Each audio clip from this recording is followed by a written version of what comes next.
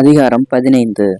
இந்த காரியங்கள் நடந்த பின்பு கர்த்தருடைய வார்த்தை ஆபிரகாமுக்கு தரிசனத்திலே உண்டாகி, அவர், ஆபிராமே, நீ பயப்படாதே, நான் உனக்கு கேடகமும் உனக்கு மகா பெரிய பலனுமாயிருக்கிறேன் என்றார். அதற்கு ஆபிரகாம், கர்த்தருடைய ஆண்டவரே, அடியேனுக்கு என்ன தருவே? நான் பிள்ளை இல்லாமல் இருக்கிறேனே. தமஸ்கு ஊரானாகிய இந்த எலியேசர் என் வீட்டு விசாரணைக்காரன கர்த்தனாய் இருக்கிறானே என்றார். பின்னும் ஆபிரகாம், தேவரீர் எனக்கு புத்திர சந்தானம் அருளவில்லை, இதோ என் வீட்டில் பிறந்த பிள்ளை எனக்கு சுதந்திரவாளியாய் இருக்கிறான் என்றான். அப்பொழுது கர்த்தருடைய வார்த்தை அவனுக்கு உண்டாகி, இவன் உனக்கு சுதந்திரவாளி அல்ல, உன் கற்ப பிறப்பாய் இருப்பவனை உனக்கு சுதந்திரவாளி ஆவான் என்று சொல்லி, அவர் அவனை வெளியே அழைத்து, நீ வானத்தை அண்ணாந்து பார், நட்சத்திரங்களை எண்ண உன்னாலே கூடுமானால் அவைகளை எண்ணு என்று சொல்லி, பின்பு அவனை நோக்கி, உன் சன்னதி இவ்வண்ணமாய் இருக்கும் என்றார். அவன் கர்த்தரை விசுவாசித்தான், அதை அவர் அவனுக்கு நீதியாக எண்ணினார். பின்னும் அவர் அவனை நோக்கி, இந்த தேசத்தை உனக்கு சுதந்திரமாக கொடுக்கும் பொருட்டு உன்னை ஊர் என்கிற கல்தேருடைய பட்டணத்திலிருந்து அழைத்து வந்த கர்த்தர் நானே என்றார். அதற்கு அவன், கர்த்தராகிய ஆண்டவரே, நான் அதை சுதந்திரித்துக் கொள்வேன் என்று எதினால் அறிவேன் என்றான். அதற்கு அவர், 3 வயது கிடாரியையும் 3 வயது வெள்ளாட்டையும் 3 வயது ஆட்டுக்கடாவையும் ஒரு காட்டுப்புறாவையும் ஒரு புறா குஞ்சையும் என்னிடத்தில் கொண்டு வா என்றான். அவன் அவைகள் எல்லாவற்றையும் அவரிடத்தில் கொண்டு வந்து அவைகளின் நடுவாக துண்டித்து துண்டங்களை ஒன்றுக்கொண்டு எதிராக வைத்தான்.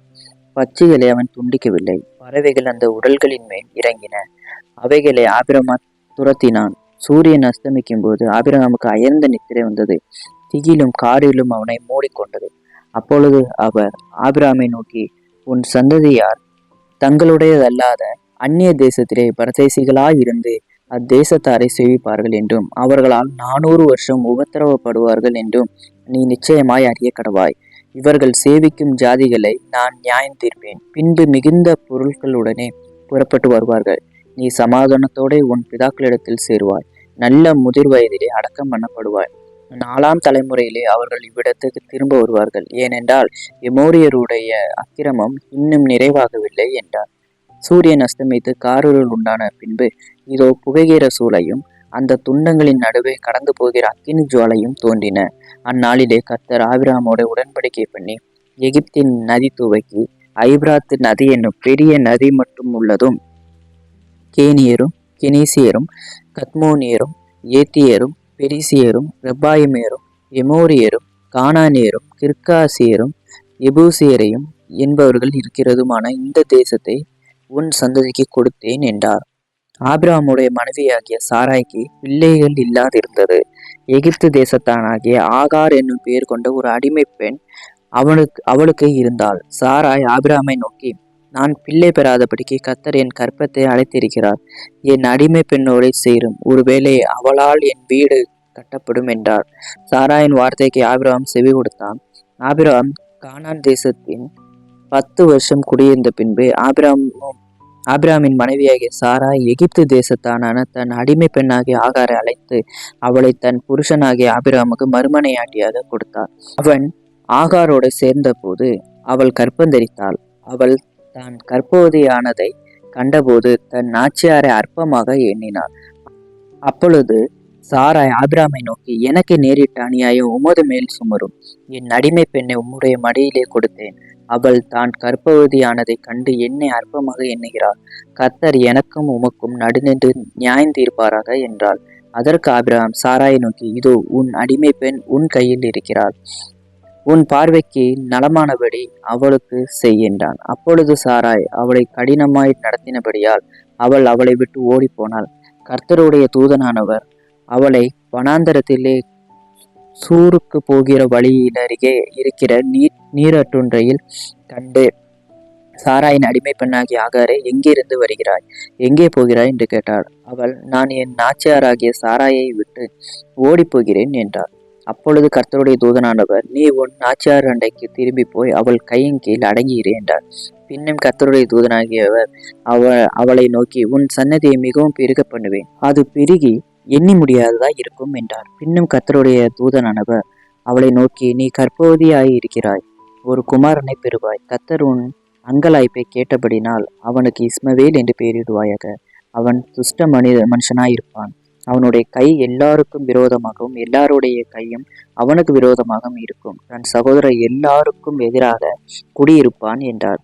அப்பொழுது அவன், என்னை காண்பவரை நானும் இன்னும் இவரிடத்தில் கண்டேன் அல்லவா என்று சொல்லி தன்னோடு பேசின கர்த்தருக்கு, நீர் என்னை காண்கிற தேவன் என்று பெயரிட்டாள். ஆகையால் அந்த துறவு பெயர் லகாய்ரோயி எனப்பட்டது. அது காதேசுக்கும் பாரேத்துக்கும் நடுவே இருக்கிறது. ஆகார் ஆபிராமுக்கு ஒரு குமாரனை பெற்றாள். ஆபிராம் ஆகார் பெற்ற தன் குமாரனுக்கு இஸ்மவேல் என்று பெயரிட்டான். ஆகார் ஆபிராமுக்கு இஸ்மவேலை பெற்ற போது ஆபிராம் 86 வயதாய் இருந்தார். அதிகாரம் 17. ஆபிரகாம் 99 வயதான போது கர்த்தர் ஆபிராமுக்கு தரிசனமாகி, நான் சர்வ வல்லமையுள்ள தேவன், நீ எனக்கு முன்பாக நடந்து கொண்டு உத்தமனாயிரு. நான் உனக்கும் எனக்கும் நடுவாக என் உடன்படிக்கையை ஏற்படுத்தி உன்னை மிகவும் திரளாய் பெருக பண்ணுவேன் என்றார். அப்பொழுது ஆபிரகாம் முகங்குப்புற விழுந்து வணங்கினான். தேவன் அவனோட பேசி, நான் உன்னோடே பண்ணுகிற என் உடன்படிக்கை என்னவென்றால், நீ திரளான ஜாதிகளுக்கு தகப்பனாவாய். இனி உன் பேர் ஆபிரகாம் என்னப்படாமல் நான் உன்னை திரளான ஜாதிகளுக்கு தகப்பனாக ஏற்படுத்தினபடியால் உன் பேர் ஆபிரகாம் எனப்படும். உன்னை மிகவும் அதிகமாய் பழுக பண்ணி உன்னிலே ஜாதிகளை உண்டாக்குவேன். உன்னிடத்திலிருந்து ராஜாக்கள் தோன்றுவார்கள். உனக்கும் பின்வரும் உன் சந்ததிக்கும் நான் தேவனாய் இருக்கும்படி எனக்கும் உனக்கு பின் தலைமுறையாக வரும் உன் சன்னதிக்கும் நடுவே என் உடன்படிக்கையை நித்திய உடன்படிக்கையாக ஸ்தாபிப்பேன். நீ பரதேசியால் தங்கி வருகிற கானான் தேசம் முழுவதையும் உனக்கும் பின்வரும் உன் சன்னதிக்கும் நித்திய சுதந்திரமாக கொடுத்து நான் அவர்களுக்கு தேவனாய் இருப்பேன் என்றார். பின்னும் தேவன் ஆபிரகாமை நோக்கி, இப்பொழுது நீயும் உனக்கு பின் தலைமுறையாக வரும் உன் சன்னதிக்கும் என் உடன்படிக்கையை கை கொள்ளுங்கள். எனக்கும் உங்களுக்கும் உனக்கு பின்வரும் உன் சந்ததிக்கும் நடுவே உண்டாகிறதும் நீங்கள் கை கொள்ள வேண்டியதுமான என் உடன்படிக்கை என்னவென்றால், உங்களுக்குள் பிறக்கும் சகல ஆண் பிள்ளைகளும் விருத்த சேதனம் பண்ண வேண்டும். உங்கள் நுனித்தோலின் மாம்சத்தை விருத்த சேதனம் பண்ண கடவீர்கள். அது எனக்கும் உங்களுக்கும் உள்ள உடன்படிக்கை அடையாளமாய் இருக்கும். உங்களில் தலைமுறையாக பிறக்கும் ஆண் பிள்ளைகள் எல்லாம் 8ஆம் நாளிலே விருத்த சேதனம் பண்ணப்பட வேண்டும். வீட்டிலே பிறந்த பிள்ளையும் உன் வித்தல்லாத அந்நியனிடத்தில் பணத்திற்கு கொல்லப்பட்ட எந்த பிள்ளையும் அப்படியே விருத்த சேதனம் பண்ணப்பட வேண்டும். உன் வீட்டிலே பிறந்த பிள்ளையும் உன் பணத்திற்கு கொல்லப்பட்டவனும் விருத்த சேதனம் பண்ணப்பட வேண்டியது அவசியம். இப்படி என் உடன்படிக்கையை உங்கள் மாம்சத்திலே நித்திய உடன்படிக்கையாக இருக்க கடவுது. நுனித்தோலின் மாமிசம் விருத்த சேதனம் பண்ணப்படாது இருந்திருக்கிற நுனித்தோல் உள்ள ஆண் பிள்ளை இருந்தால் அந்த ஆத்மா என் உடன்படிக்கை மீறினபடியால் தன் ஜனத்தில் இராதபடிக்கு அறுப்புண்டு போவான் என்றார். பின்னும் தேவன் ஆபிரகாமை நோக்கி, உன் மனைவி சாராயை நீ சாராய் என்று அலையாதிருப்பாயாக. சாராள் என்பது அவளுக்கு பேராய் இருக்கும். நான் அவளை ஆசீர்வதித்து அவளாலே உனக்கு ஒரு குமாரனையும் தருவேன். அவள் ஜாதிகளுக்கு தாயாகவும் அவளாலே ஜாதிகளின் ராஜாக்கள் உண்டாகவும் அவளை ஆசீர்வதிப்பேன் என்றார். அப்பொழுது ஆபிரகாம் முகங்குப்புற விழுந்து நகைத்து, 100 வயதானவனுக்கு பிள்ளை பிறக்குமோ, 90 வயதான சாரால் பிள்ளை பெறுவாளோ என்று தன் இருதயத்திலே சொல்லிக்கொண்டு, இஸ்மவேல் உமக்கு முன்பாக பிழைப்பானாதே என்று ஆபிரகாம் தேவனிடத்தில் விண்ணப்பம் பண்ணினார். அப்பொழுது தேவன், உன் மனைவியாகிய சாரால் நிச்சயமாய் உனக்கு ஒரு குமாரனை பெறுவாள். அவனுக்கு ஈசாக்கு என்று பெயரிடுவாயாக. என் உடன்படிக்கையை அவனுக்கு பின்வரும் அவன் சன்னதிக்கும் நித்திய உடன்படிக்கையாக ஸ்தாபிப்பேன். இஸ்மவேலுக்காகவும் நீ செய்த விண்ணப்பத்தை கேட்டேன். நான் அவனை ஆசீர்வதித்து அவனை மிகவும் அதிகமாக பழுகவும் பெருகவும் பண்ணுவேன். அவன் 12 பிரபுக்களை பெறுவான். அவனை பெரிய ஜாதியாக்குவேன். வருகிற வருஷத்தில் குறித்த காலத்திலே சாரால் உனக்கு பெறப்போகிற ஈசாக்கோடே நான் என் உடன்படிக்கையை ஏற்படுத்துவேன் என்றார். தேவன் ஆபிரகாமோட பேசி முடித்த பின்பு அவனை விட்டு எழுந்தருளினார். அப்பொழுது ஆபிரகாம் தன் குமாரனாக இஸ்மவேலையும் தன் வீட்டிலே பிறந்த யாவரையும் தான் பணத்திற்கொண்ட அனைவருமாகிய தன் வீட்டில் உள்ள ஆண் பிள்ளைகள் எல்லாவற்றையும் சேர்த்து தேவன் தனக்கு சொன்னபடி அவர்கள் நுனித்தோலின் மாம்சத்தை அந்நாளிலே தானே விருத்தசேனம் பண்ணினான். ஆபிரகாமனுடைய நுனித்தோலின் மாம்சம் விருத்தசேனம் பண்ணப்படும் போது அவன் 99 வயதாய் இருந்தான். அவனுடைய குமாரன் இஸ்மவேலுடைய நுனித்தோலின் மாம்சம் விருத்தசேதனம் பண்ணப்படும் போது அவன் 13 வயதாய் இருந்தான். ஒரே நாளில் ஆபிரகாம் அவன் குமாரன் இஸ்மவேலும் விருத்தசேதனம் பண்ணப்பட்டார்கள். வீட்டிலே பிறந்தவர்களும் அந்நியரிடத்தில் பணத்திற்கு கொல்லப்பட்டவர்களும் ஆகிய அவன் வீட்டு மனுஷர்கள் எல்லாரும் அவனோட கூட விருத்தசேதனம் பண்ணப்பட்டார்கள். அதிகாரம் 18. பின்பு கர்த்தர் மம்ரேயின் சமபூமியிலே அவனுக்கு தரிசனமானார். அவன் பகலின் உஷ்ண வேளையில் கூடார வாசலில் உட்கார்ந்திருந்து தன் கண்களை ஏறெடுத்து பார்க்கும்போது, இதோ 3 புருஷர் அவர்களுக்கு எதிரே நின்றார்கள். அவர்களை கண்டவுடனே அவன் கூடார வாசலிருந்து அவர்களுக்கு எதிர்கொண்டு ஓடி தரை மட்டும் குனிந்து, ஆண்டவரே, உம்முடைய கண்களில் எனக்கு கிருபை கிடைத்ததானால் நீர் உமது அடியேனை விட்டு கடந்து போக வேண்டாம். கொஞ்சம் தண்ணீர் கொண்டு வரட்டும். உங்கள் கால்களை கழுவி மரத்தடியில் சாய்ந்து கொண்டிருங்கள். நீங்கள் உங்கள் இருதயங்களை திடப்படுத்த கொஞ்சம் அப்பம் கொண்டு வருகிறேன். அப்புறம் நீங்கள் உங்கள் வழியை போகலாம். இதற்காகவே அடியேன் இடம் வரைக்கும் வந்தீர்கள் என்றான். அதற்கு அவர்கள், நீ சொன்னபடி செய் என்றார்கள். அப்பொழுது ஆபிரகாம் தீவிரமாய் கூடாரத்தில் சாராரத்துக்கு போய், நீ சீக்கிரமாய் 3 படி மெல்லிய மாவு எடுத்து பிசைந்து அப்பம் சுடு என்றாள். ஆபிரகாம் மாட்டு மந்தைக்கு ஓடி ஒரு நல்ல இளங்கட்டை பிடித்து வேலைக்காரன் கையிலே கொடுத்தான். அவன் அதை சீக்கிரத்தில் சமைத்தான். ஆபிரகாம் வெண்ணெயையும் பாலையும் சமைத்த கன்றையும் எடுத்து வந்து அவர்கள் முன்னாக வைத்து அவர்கள் அருகே மரத்தடி நின்று கொண்டிருந்தான். அவர்கள் புசித்தார்கள். அவர்கள் அவனை நோக்கி, உன் மனைவி சாராள் எங்கே என்றார்கள். அதோ கூடாரத்தில் இருக்கிறாள் என்றான். அப்பொழுது அவர், ஒரு உற்பவ காலத்திட்டத்தில் நிச்சயமாய் உன்னிடத்திற்கு திரும்ப வருவேன். அப்பொழுது உன் மனைவியாகிய சாராளுக்கு ஒரு குமாரன் இருப்பான் என்றார். சாராள் அவருக்கு பின்புறமாய் கூடார வாசல் இதை கேட்டுக்கொண்டிருந்தாள். ஆபிரகாமும் சாராளும் வயது சென்று முதிர்ந்தவர்களாய் இருந்தார்கள். ஸ்திரீகளுக்குள்ள வழிபாடு சாராளுக்கு நின்று போயிட்டு, ஆகையால் சாராள் தன் உள்ளத்திலே நகைத்து, நான் கிழவியும் என் ஆண்டவன் முதிர்ந்த வயதுள்ளவனுமாய் மான பின்பு எனக்கு இன்பம் உண்டாயிருக்குமோ என்றாள். அப்பொழுது கர்த்தர் ஆபிரகாமை நோக்கி, சாராள் நகைத்து தான் கிழவியாய் இருக்க பிள்ளையை பெறுவது மெய்யோ என்று சொல்வானேன்? கர்த்தரால் ஆகாத காரியம் உண்டோ? உற்பவ காலத்திட்டத்தில் உன்னிடத்திற்கு திரும்ப வருவேன். அப்பொழுது சாராளுக்கு ஒரு குமாரன் இருப்பான் என்றார். சாராள் பயந்து, நான் நகைக்கவில்லை என்று மறுத்தாள். அதற்கு அவர், இல்லை, நீ நகைத்தாய் என்றார். பின்பு அந்த புருஷர் எழுந்து அவ்விடம் விட்டு சோதமை நோக்கி போனார்கள். ஆபிரகாமும் அவர்களோட கூட போய் வழி விட்டு அனுப்பினான். அப்பொழுது கர்த்தர், ஆபிரகாம் பெரிய பலத்த ஜாதியாவதினாலும் அவனுக்குள் பூமியில் உள்ள சகல ஜாதிகளும் ஆசீர்வதிக்கப்படுவதினாலும் நான் செய்ய போகிறதை ஆபிரகாமுக்கு மறைப்பேனோ? கர்த்தர் ஆபிரகாமுக்கு சொன்னதை நிறைவேற்றும்படியாய் அவன் தன் பிள்ளைகளுக்கும் தனக்கு பின்வரும் தன் வீட்டாருக்கும், நீங்கள் நீதியையும் நியாயத்தையும் செய்து கர்த்தருடைய வழியை காத்து நடவுங்கள் என்று கட்டளையிடுவான் என்பதை அறிந்திருக்கிறேன் என்றார். பின்பு கர்த்தர், சோதம் கொமோராவின் கூக்குரல் பெரிதாய் இருப்பதினாலும் அவைகளின் பாவம் மிகவும் கொடியதாய் இருப்பதினாலும் நான் இறங்கி போய் என்னிடத்தில் வந்து எட்டின அதன் கூக்குரலின்படியே அவர்கள் செய்திருக்கிறார்களோ இல்லையோ என்று பார்த்து அறிவேன் என்றார். அப்பொழுது அந்த புருஷன் அவ்விடம் விட்டு சோதமை நோக்கி போனார்கள். ஆபிரகாமோ இன்னும் கர்த்தருக்கு முன்பாக நின்று கொண்டிருந்தான். அப்பொழுது ஆபிரகாம் சமயமாய் சேர்ந்து, துன்மார்க்கனோடு நீதிமானையும் அனுப்பீரோ?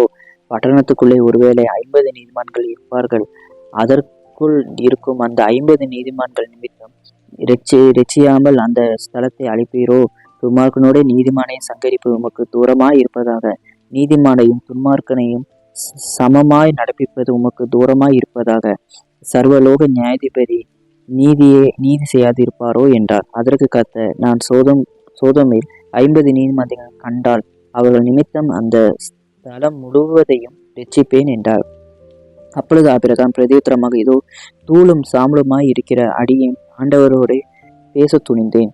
ஒருவேளை 50 நீதிமான்களுக்கு 5 பேர் குறைந்திருப்பார்கள். அந்த 5 பேர் நிமித்தம் பட்டணம் முழுவதும் அழிப்பீரோ என்றான். அதற்கு அவர், நான் 45 நீதிமான்களை அங்கே கண்டால் அதை அழிப்பதில்லை என்றார். அவன் பின்னும் அவரோட பேசி, 40 நீதிமான்கள் அங்கே காணப்பட்டாலோ என்றான். அதற்கு அவர், 40 நீதிமான்கள் நிமித்தம் அதை அழிப்பதில்லை என்றார். அப்பொழுது அவன், நான் இன்னும் பேசுகிறேன், ஆண்டவருக்கு கோபம் வராமல் இருப்பதாக.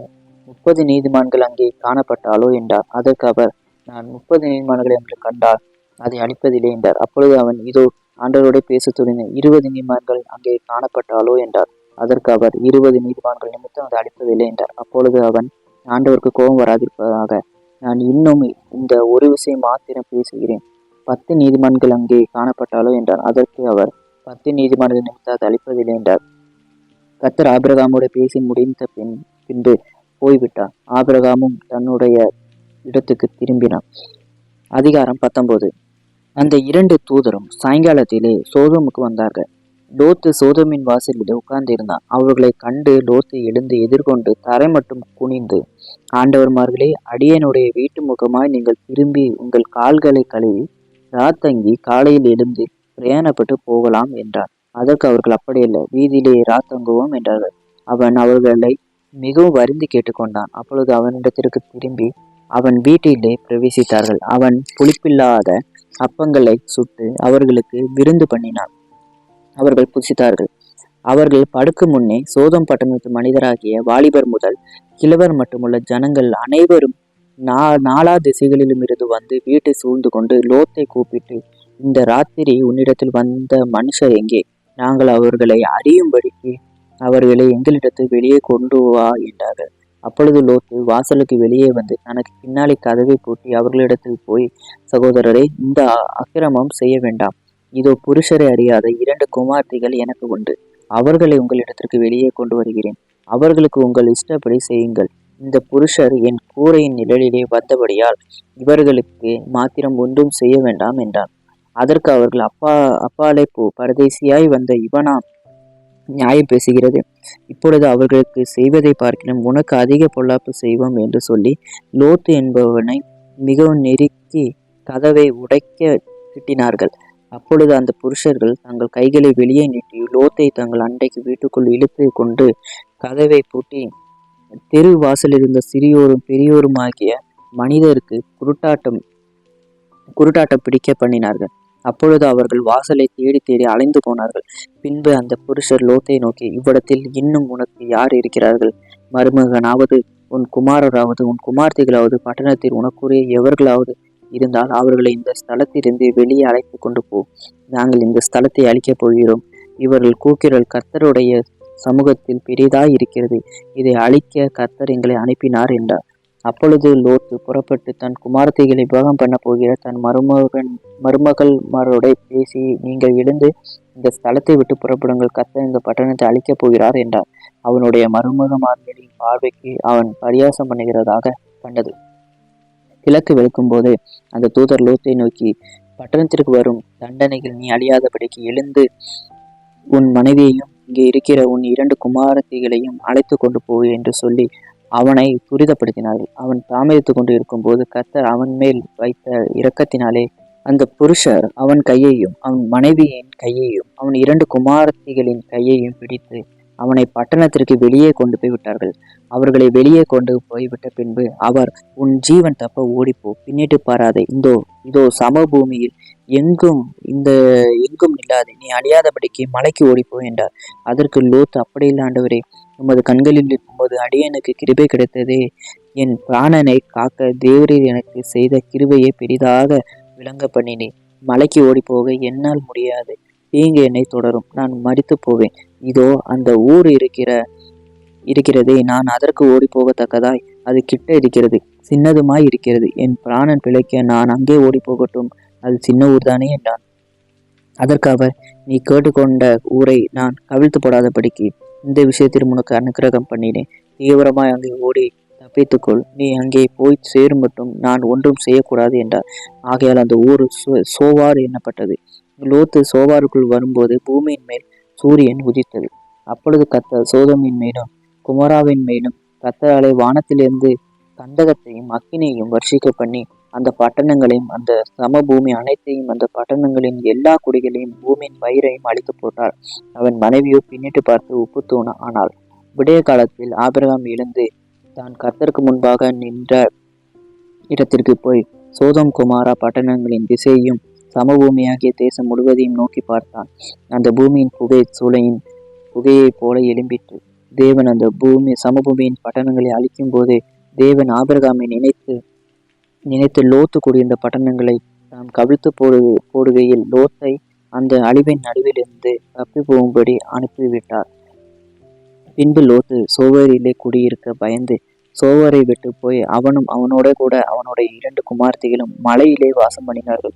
அங்கே அவனும் அவனுடைய 2 குமாரத்திகளும் ஒரு கெபியிலே குடியிருந்தார்கள். அப்பொழுது மூத்தவள் இளையவளை பார்த்து, நம்முடைய தகப்பன் முதிர் வயதானார். பூமி எங்கும் நடக்கிற முறைமையின்படியே நம்மோட சேர பூமியிலே ஒரு புருஷனும் இல்லை. நம்முடைய தகப்பனால் சன்னதி உண்டாகும்படிக்கு அவருக்கு மதுவை குடிக்க கொடுத்து அவரோட சயனிப்போம் வா என்றாள். அப்படியே அன்று இரவிலே தங்கள் தகப்பனுக்கு மதுவை குடிக்க கொடுத்தார்கள்.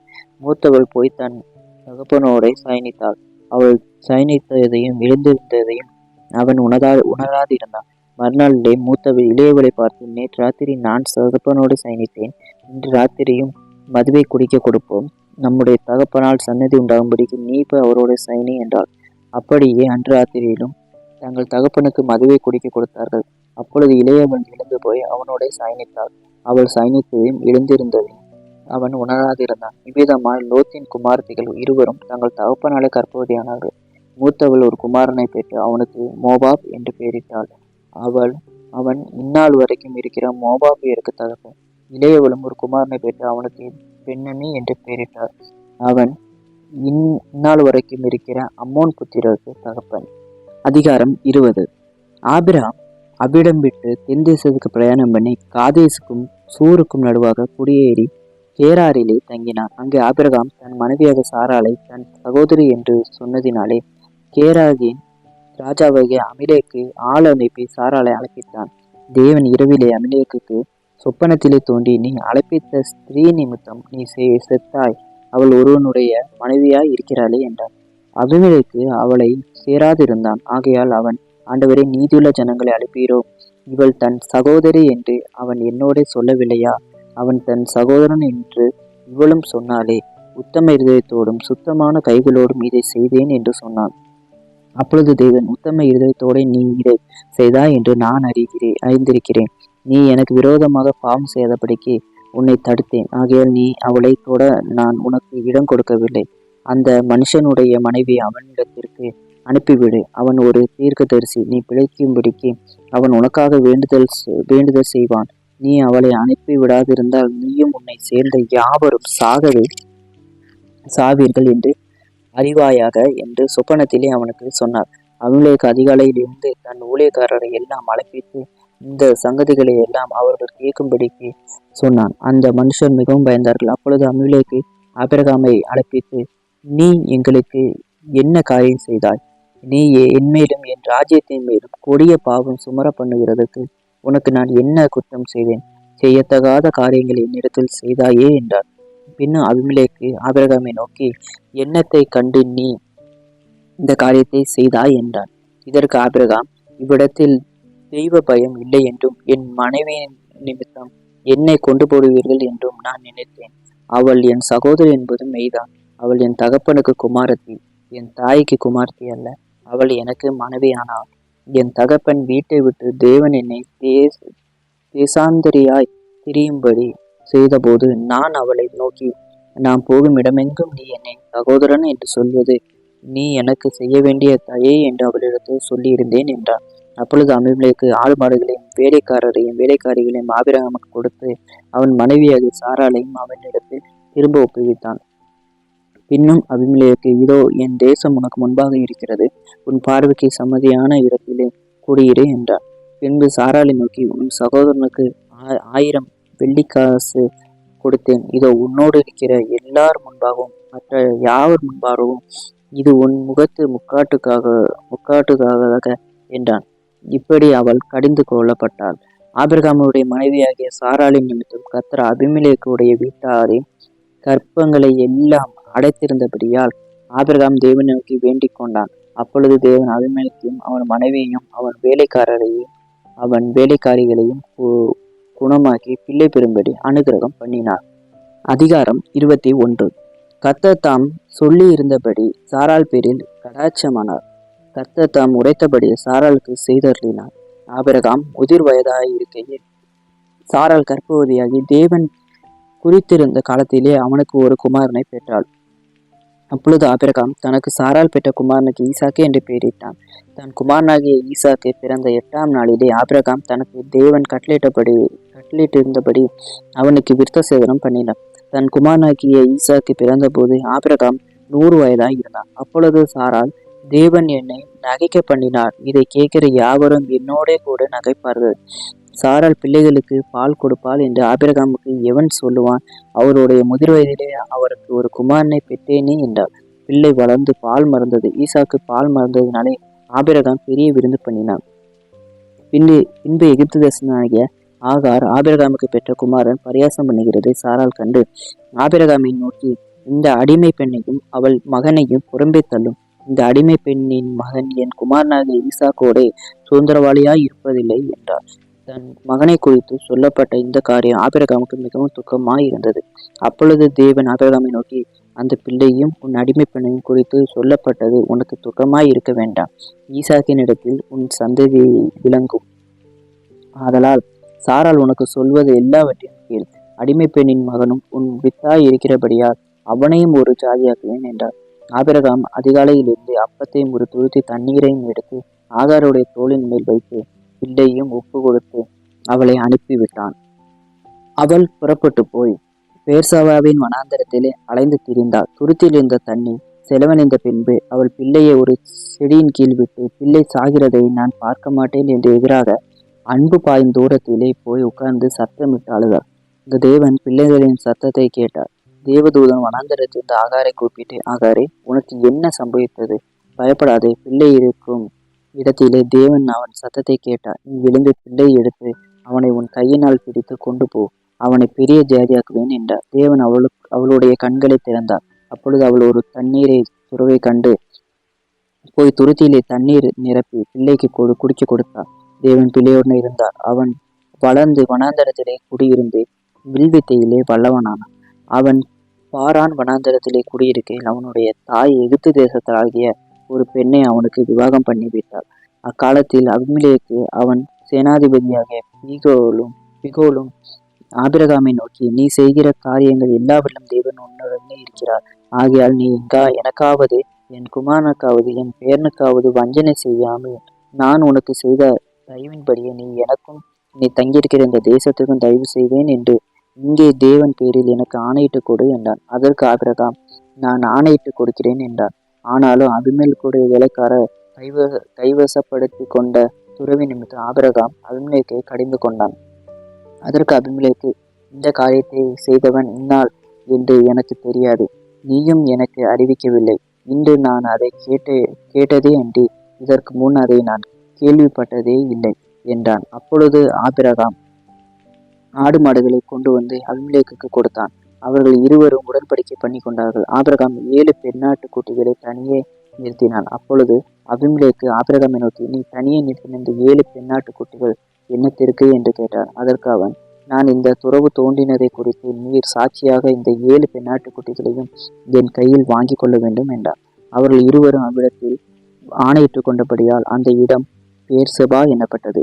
அவர்கள் பேர்சபாவிலே உடன்படிக்கை பண்ணி கொண்ட பின் அபிமெலேக்கு அவன் சேனாதிபதியாக பிகோலும் எழுந்து பெலிஸ்தருடைய தேசத்திற்கு திரும்பி போனார்கள். ஆபிரகாம் பேர்சபாவிலே ஒரு தோப்பை உண்டாக்கி சதா காலமும் உள்ள தேவனாகிய கர்த்தருடைய நாமத்தை அவ்விடத்தில் தொழுது கொண்டான். ஆபிரகாம் பெலிஸ்தருடைய தேசத்தில் அநேக நாள் கூடியிருந்தான். அதிகாரம் 22. இந்த காரியங்கள் நடந்த பின்பு தேவன் ஆபிரகாமை சோதித்தார். எப்படியெனில், அவர் அவனை நோக்கி, ஆபிரகாமே என்றார்.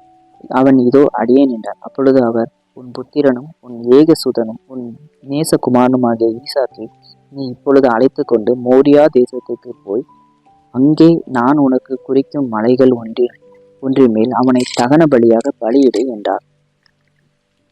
ஆபிரகாம் அதிகாலையில் எழுந்து தன் கழுதையின் மேல் சேனம் கட்டி தன் வேலைக்காரர்கள் 2 பேரையும் தன் குமாரன் ஈசாக்கையும் கூட்டிக் கொண்டு தகன பலிக்கு கட்டைகளையும் பிளந்து கொண்டு தேவன் தனக்கு குறித்த இடத்திற்கு புறப்பட்டு போனான்.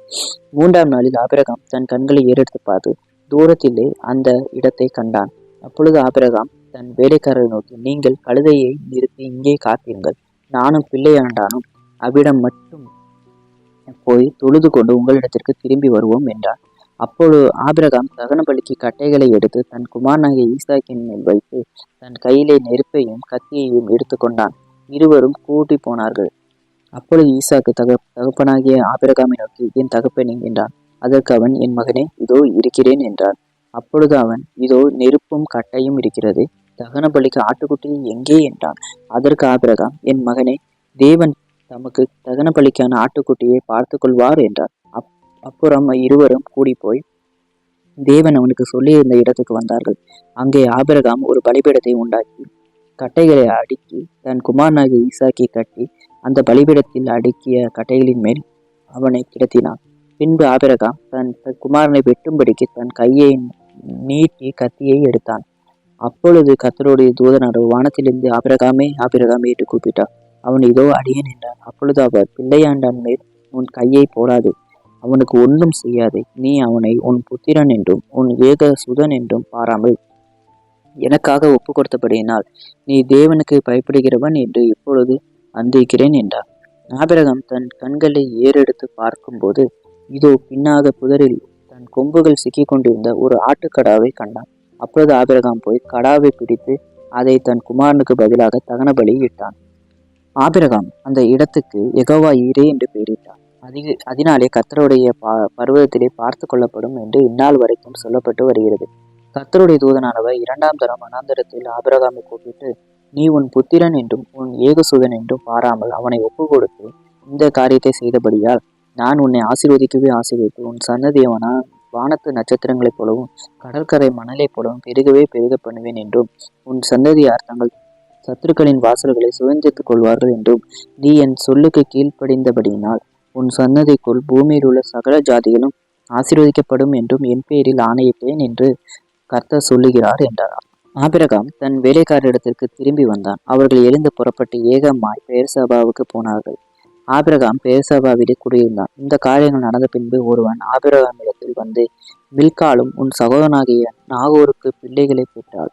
அவர்கள் யாரென்றால், முதற் பேரான ஊஸ் அவன் தம்பியாகிய ஊஸ் ஆகிய ஆராமுக்கு தகப்பனாகிய கேமுவேல், கேசேத், ஆசோர், பில்தாஸ், இத்தாப், பெத்துவேல் என்பவர்கள். பெத்துவேல் ரெபெக்காளை பெற்றான் என்று அறிவித்தான்.